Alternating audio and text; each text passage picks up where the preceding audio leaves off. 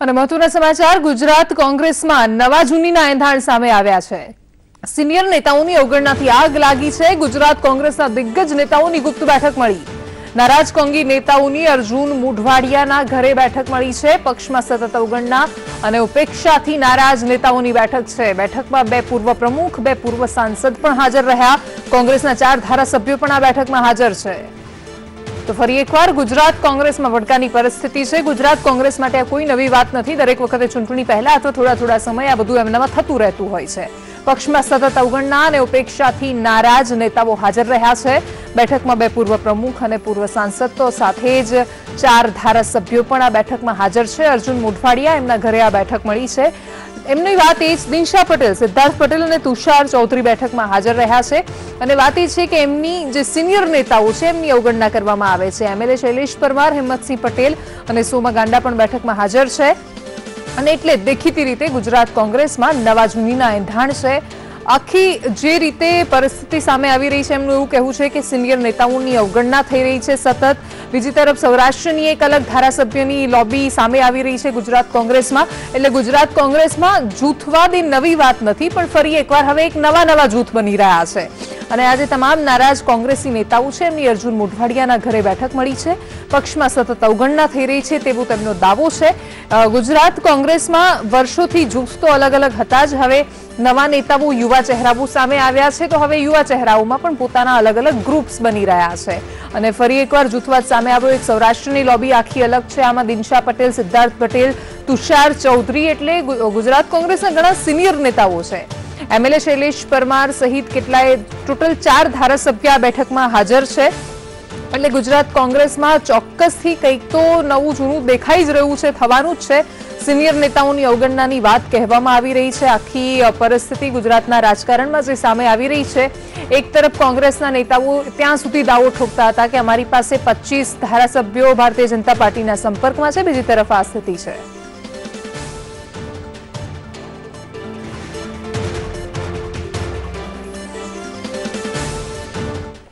जिला कक्षा ने तालुका कक्षाए जे कार्यकरो घरे बैठा छे अने निराश थयेला छे ए बधाने पार्टीना मुख्य प्रवाहमां जोडीने 2019 नो પડકાર केवी रीते झीलवुं ए माटे अमे आजे लगभग 15-16 जेटला आगेवानो साथे मळी અને મનોમંથન કર્યું। જૂથવાદ હોઈ શકે, શું માનો છો? કોઈ જૂથવાદ નહીં, તમામ લોકો હાજર હતા। પૂર્વ પ્રદેશ પ્રમુખ સિદ્ધાર્થભાઈથી શરૂ કરીને તમામ લોકો હાજર હતા। તો आता અર્જુનભાઈ મોઢવાડિયા સ્પષ્ટપણે માની રહ્યા છે કે આવનાર 2019ની લોકસભાની ચૂંટણી લઈને આ બેઠક યોજવામાં આવી હતી, પરંતુ ક્યાંક ને ક્યાંક જે તમામ જે અન્ય દિગ્ગજ નેતાઓ પણ છે અહીંયા અને એ તમામ જે ઉપસ્થિત રહ્યા છે, સાથે જ બેઠકની અંદર દિનશા પટેલ હોય કે પછી અલ્પેશ ઠાકોર હોય, આ તમામ જે લોકો છે એ હાલ બેઠકની અંદર ભાગ લીધા હતા અને બેઠક પૂર્ણ થઈ ચૂકી છે।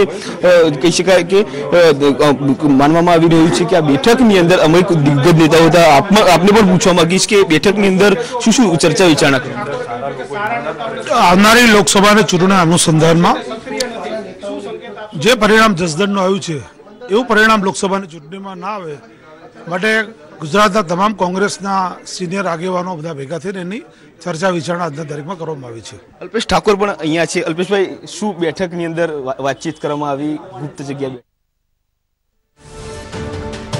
કેટલાય નેતાઓ મળ્યા હતા, 4 ધારાસભ્યો હતા। અર્જુન મોઢવાડિયા એક તરફ એવું કહી રહ્યા છે કે માત્ર 2019 માટેની ચર્ચા છે, પણ શૈલેષ પરમારનો એ જવાબ ઘણું બધું સૂચવી જાય છે કે જસદણની ચૂંટણીમાં જેવા પરિણામ આવ્યા એવા 2019માં ન આવે, કારણ કે જસદણમાં જે ધારાસભ્યોની લોબી કાર્યરત હતી આખા અલગ ધારાસભ્ય હતા।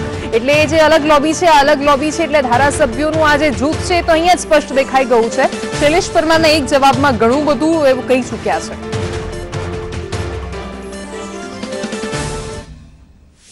મુલાકાતનું કારણ બીજું કંઈ નથી, પણ સામાન્ય રીતે લોકસભાનું ઇલેક્શન પણ નજીક આવી રહ્યું છે અને કોંગ્રેસ પાર્ટી અને કોંગ્રેસના કાર્યકરો સાથે મળીને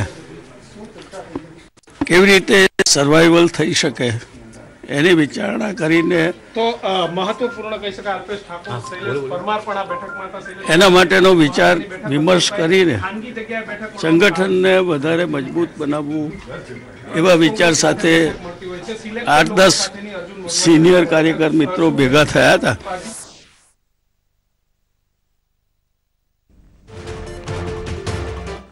સંવાદદાતા હિરેન રાજ્યગુરુ જોડાઈ ગયા છે। હિરેન, ફરી એકવાર કોંગ્રેસમાં જૂથવાદ સામે આવ્યો છે, જો કે કોંગ્રેસ માટે આ કઈ નવી વાત નથી।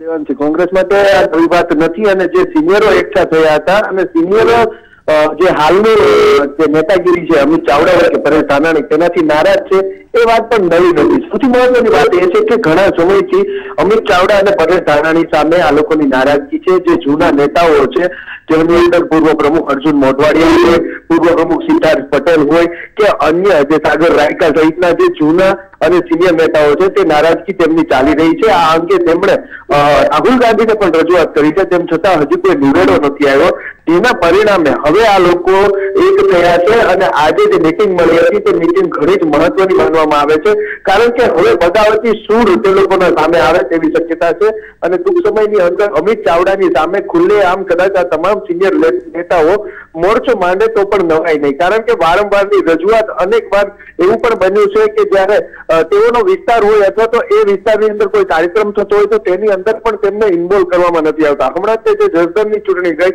તો જસદણની ચૂંટણી ચીમનભાઈ પટેલ એટલે કે સિદ્ધાર્થ પટેલનો જૂનો ગઢ કહેવાય છે, તે એવા સમયે પણ સિદ્ધાર્થ પટેલને પૂછવામાં પણ નતું આવ્યું કે શું અહીંયા કરી શકાય, કઈ રીતના સમીકરણ ગોઠવી શકાય, કોને ઉમેદવાર મૂકી શકાય, એટલું તેમની બાદબાકી થઈ હોવાની લાગણી તેઓએ અનુભવી હતી અને તે વાત જ્યારે અહીંયા પ્રભારી આવ્યા હતા રાજીવ સાતવ, તેમને બંને નેતાઓએ અલગ અલગ મળી અને રજૂઆત પણ કરી હતી। છેલ્લે જયારે રાજીવ સાતવ અમદાવાદની મુલાકાતે હતા ત્યારે અર્જુન મોઢવાડિયાએ પણ તેની સાથે 1-to-1 બેઠક કરી હતી અને સિદ્ધાર્થ પટેલે પણ તેમની સાથે 1-to-1 બેઠક કરી હતી અને આ બેઠકની અંદર એકમાત્ર રજૂઆત હતી કે સિનિયરોની ઉપેક્ષા કરવામાં આવે છે, સિનિયરોની અવગણના કરવામાં આવે છે, જેના કારણે તેઓ નારાજ છે। ફરી એક વખત આજે આ તમામ સિનિયર નેતાઓ અર્જુન મોઢવાડિયાના ઘરે મળ્યા હતા અને આગામી દિવસોમાં શું કરવું તે અંગેની રણનીતિ પણ નક્કી કરી હતી। બિલકુલ, એટલે આગળના સમયમાં હવે આ તમામ એ લોકોની રણનીતિ સામે આવશે। ધન્યવાદ હિરેન સમગ્ર માહિતી બદલ।